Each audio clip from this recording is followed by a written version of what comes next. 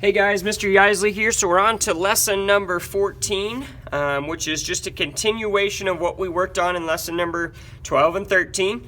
I would say it's a little more closely linked to 13. We're now dealing when we multiply a times c and we end up with a negative number. And so we've done that before, and it's really no difference on the process. So let's just jump in and let's look at some examples. So example A, I've got 2x squared minus 5x minus 7. So first step, check for a greatest common factor. Well, I know for 2, the only factors that go into it are 1 and 2 does not go evenly into 5. So right there, I know I don't have a greatest common factor with a number other than 1, and there's not x in every term, so no greatest common factor whatsoever other than the number 1. So that means I move on to step 2, which is to multiply a times c. Well, again, a is always found in front of the squared term, so that would be the 2 right here. And then my c is always the last term with the sign in front of it, so that would be negative 7. So I'm going to multiply 2 times negative 7, and 2 times negative 7 makes negative 14. So then we move on to step 3, which is to list the factor pairs. Now a reminder, we don't worry about the negatives when figuring out the factor pairs right away. We just figure it out as if it were positive. So 14 has factor pairs of 1 times 14, 2 times 7, 3 does not go into 14, 4 does not go into 14, 5 does not go into 14, 6 does not go into 14, and 7's already in our list, so there's all the factor pairs of 14. So now as we move into step 4 here, we now want to look at which of these factor pairs can make b, which in this case is negative 5. Well, now here's where that negative comes back into play, because we know that the only way you can get to a negative number when multiplying is if one of the factor pairs one of the factors in the factor pair is negative. The other one has to be positive, because a negative times a positive is a negative, or a positive times a negative is a negative. So when we go to do this, we need to make one of the factors in the factor pair negative and one positive. Well, in order to make that happen and to end up with a negative 5, I know that if I make 2 a positive and 7 a negative, multiplying that together, 2 times negative 7 would equal negative 14, but also 2 minus 7 equals negative 5, which is what I'm trying to make. So there is the factor pair that I'm going to use. And again, that's not new information. We've worked on that previously. So now we need to move into step 5, which is to rewrite the polynomial, splitting up the b term. So our first term of 2x squared is going to come down as it is, so 2x squared.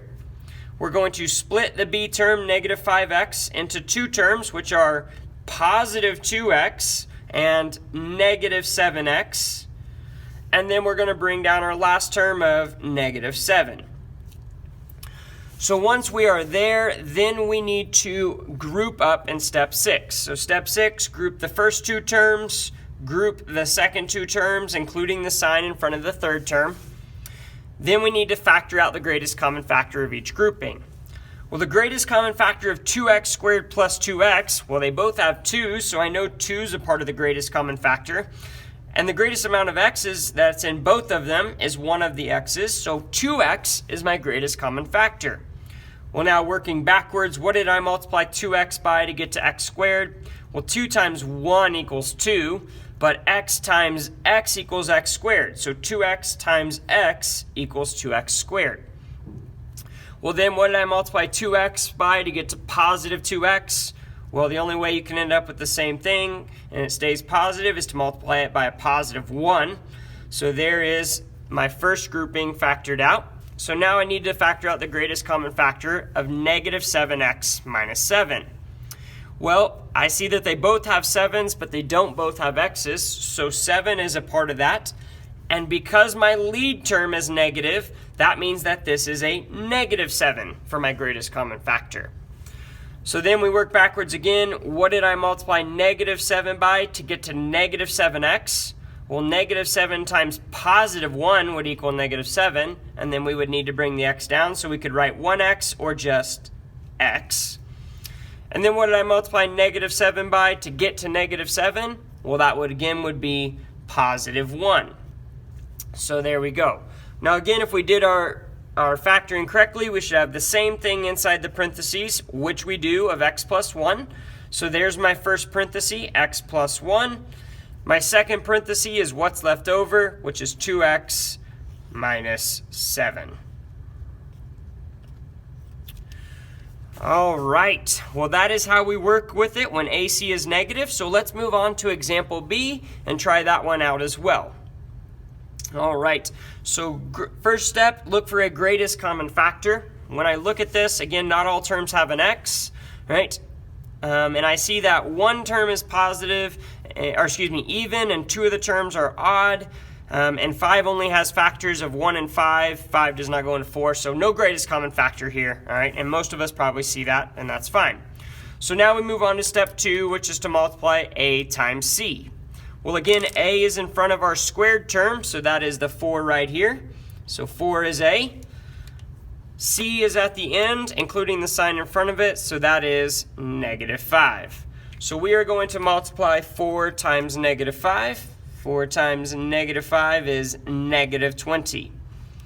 So then we move on to step 3, which is to list out the factor pairs. Again, not worrying about the negative at this moment, just finding what multiplies together to make 20. So first one, 1 times 20. Does 2 go in? Yes, it does. 2 times 10. Does 3 go into 20? Not evenly, nope. Does 4 go in? Yes, 4 times 5. And 5 is on our list, so we are complete factor pairs of 20. So then our goal again is to figure out which of those factor pairs in step 4 can make B, which is negative 19. Well, again, now here's where that negative comes back into play. Because we were multiplying and we ended up with a negative 20, one of the factors in the factor pair has to be negative. Well, the only ones that would work when I look at it is if I made 1 positive and 20 negative, because 1 times negative 20 is negative 20, but 1 minus 20 equals B, which is negative 19. So there is the pairing that I'm going to use. So step 5, now we need to rewrite our polynomial, splitting up the B term. So first term comes down as it is, so 4x squared. Split our B term into the 2 terms, so positive 1x and negative 20x. And then bring down our last term of negative 5.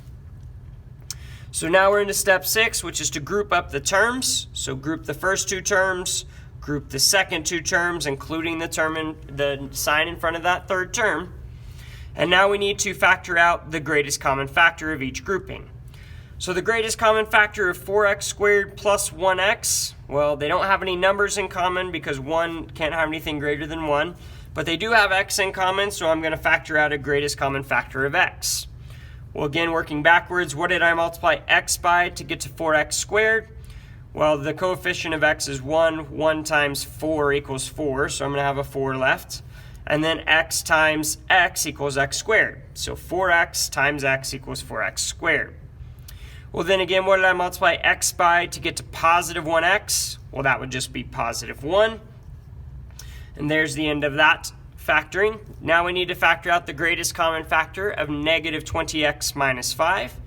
Well, they don't both have x's, but I do see that they're both multiples of 5. So I'm going to factor out a 5.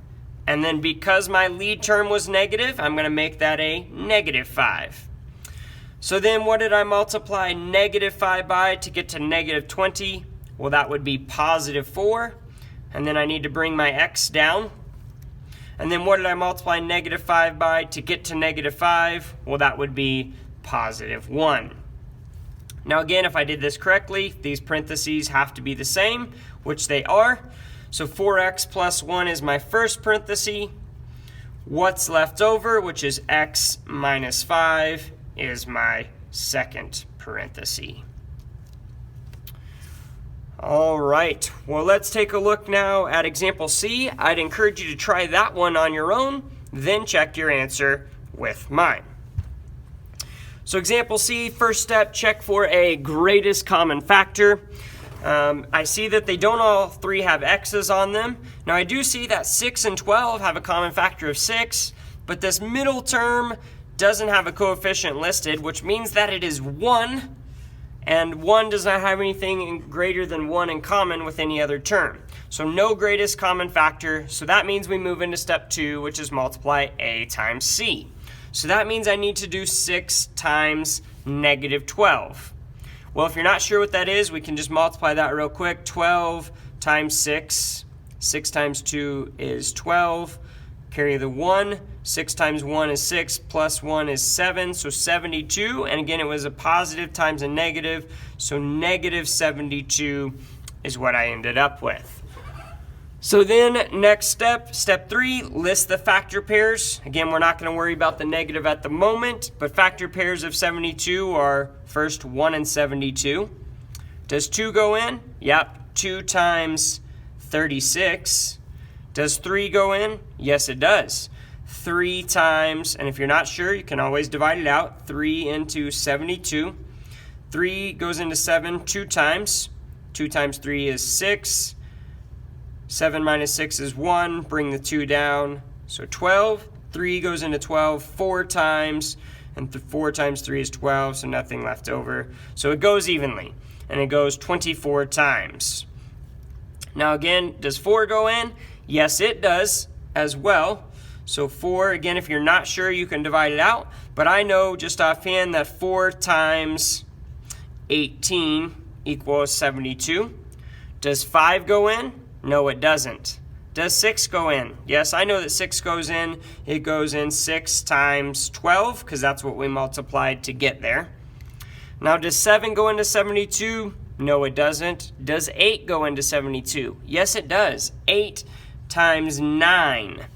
And 9's already on our list, so we've got the complete factor pairs of 72 now. And this was a little bit longer list, but it's important to have them all to make sure that we can figure out the next step. And step 4 here is to figure out which of those factor pairs can combine together to make B, which we said was positive 1, because there wasn't a number listed in front of X. So again, now here's where that negative comes back into place, because we need to know that one of the factors is negative, so how could we make positive 1? Well, I see that 8 and 9 are only separated by 1, so if I made 8 a negative and 9 a positive, negative 8 times positive 9 is negative 72, but negative 8 plus 9 is positive 1. So there are the factors that I'm going to use. So now we're into step 5, which is to rewrite the polynomial. So we bring down the first term as is, 6x squared. We split the b term of positive 1x into the two terms we figured out, which is negative 8x and positive 9x. And then we bring down the last term of negative 12. So now we're into step 6, which is to group them up.